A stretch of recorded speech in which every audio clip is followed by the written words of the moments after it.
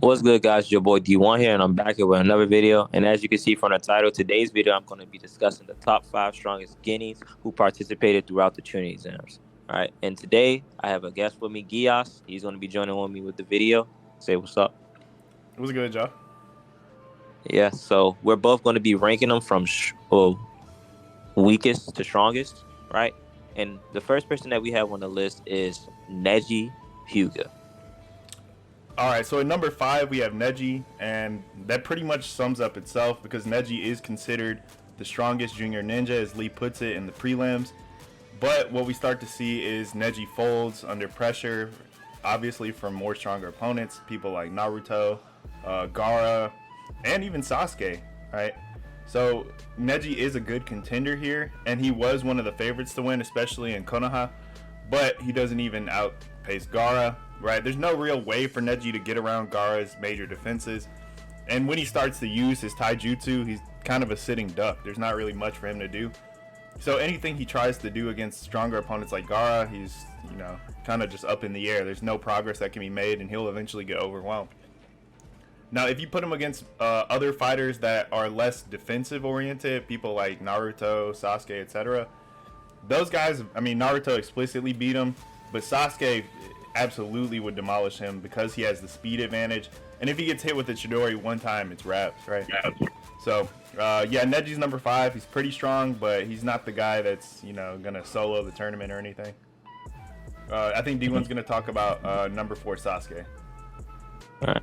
So at number 4 spot, we have Sasuke Uchiha, right? We know that Sasuke Uchiha was literally training in order to learn Lee Taijutsu movements with Kakashi. And we've seen that he performs well against Gaara. He performs the same Taijutsu that Lee performs on Gaara, but at a slower pace, what is stated by Guy, that he's almost the same speed as Lee without his weights, implying that Lee will be faster than him. And that's the reason why Sasuke would be number 4 on this list, and Lee will be ranked higher than him, as you would see later on in the video. All right, we know that Sasuke literally has the Sharingan that's literally be able for him to react to certain movements. All right, he also has Chidori in his arsenal, as it was stated by Gyas himself earlier. That is literally kind of a one-shot technique, which he literally used on Gaara himself and made Gaara bleed. Right, it was even stated by Temari and Conqueror themselves that Sasuke is so much of a great opponent that Gaara is reacting a certain way in order for him to fight against Sasuke. All right. So that's the reason why we have Sasuke at number 4 on this list. As we know that he gets beat up by other characters like Gaara later on, and we see that other characters scale to that Gaara, which is why Sasuke is number 4 on this list, as in the training exams. So Gios is going to talk about Lee. Right, so Lee's a bit above the other guys, mainly because of the 5th gate, right? So when it comes to his base, he's pretty average, and with, his weights being taken off, he does get a bit better, and he fares pretty well against the rest of the opponents. But it's really that 5th gate that kind of takes him to that like upper level where he does go toe to toe with people like Gaara, and just barely loses. But against Sasuke, he'd be too fast for. Neji, way too fast for. I don't think Neji has much of a chance in 5th gate, or against 5th gate. But yeah, it just seems like he loses pretty much most of those scenarios. Sasuke, the only chance he has is really to stop him before he gets that 5th gate. Because in base and, with his unweighted form, Sasuke is in that relative regime, right? You add Chidori, he's faster. But when you get that 5th gate and that gate tamp, that's pretty much it, right? Sasuke essentially gets one shot.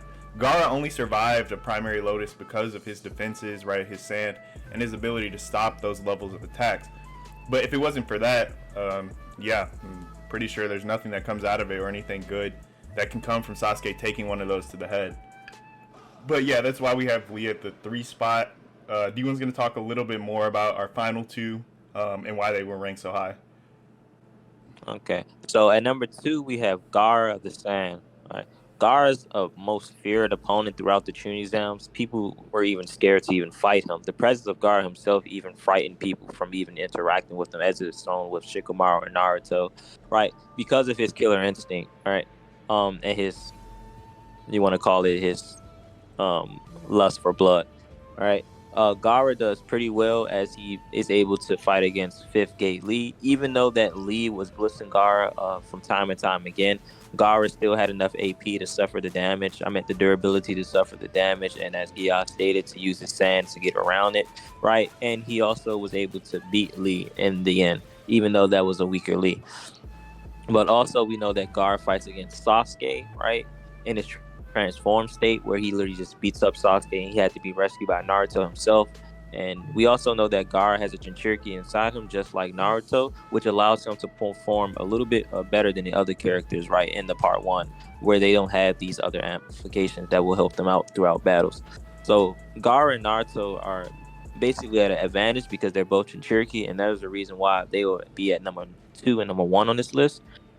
Um, and we just know that Gar is just fights against Naruto, right? Shikaku and Gamabunta fight against each other on the showdown, and it just comes down to the last battle, right? Basically, and that's the reason why Gar is number 2 on this list.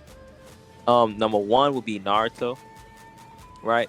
We know that Naruto is a determined character, and he's just determined to be stronger than everyone else that's around him, right? And his sheer will of wanting to protect his friends makes him stronger, as is stated by Haku. When you want to protect someone, it makes you stronger as you truly need to be, right? That's one is why Naruto is at number 1 in this list, because he's going to be stronger than anyone, no matter the cost, right?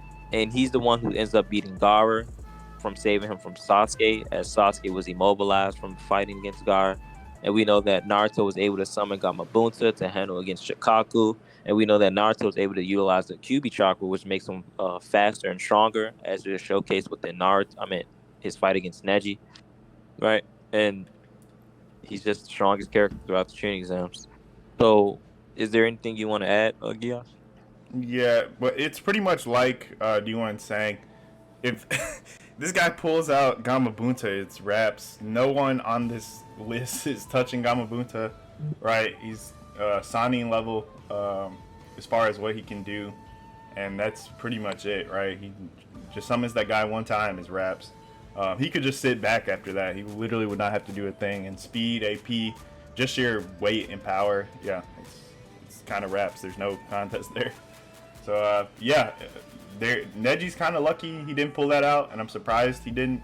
Probably because he didn't want to destroy the stadium. But yeah, if he did, that would be a no contest, and it'd be pretty much the end of the fight. So. Yeah. With that being said, that's the end of the video. Let me know if you guys have any disagreements in the comments. Make sure to like, comment, and subscribe if you're not already. And that's it. We're out.